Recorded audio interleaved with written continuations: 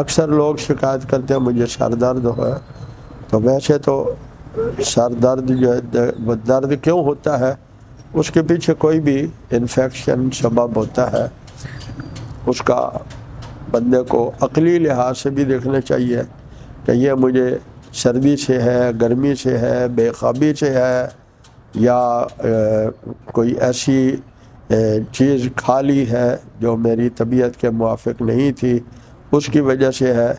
تو بہرحال اس کا ایک ہے سورہ بنی اسرائیل میں، تو کوئی دوسرا بندہ پھر کرے، اس کے سر پہ ہاتھ رکھ کے درود شریف پڑھ کے 7 بار پڑھے، وَبِالْحَقِّ أَنزَلْنَاهُ وَبِالْحَقِّ نَزَلَ وَمَا أَرْسَلْنَاكَ إِلَّا مُبَشِّرًا وَنَذِيرًا۔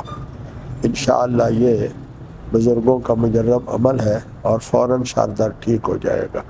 السلام علیکم ورحمۃ اللہ۔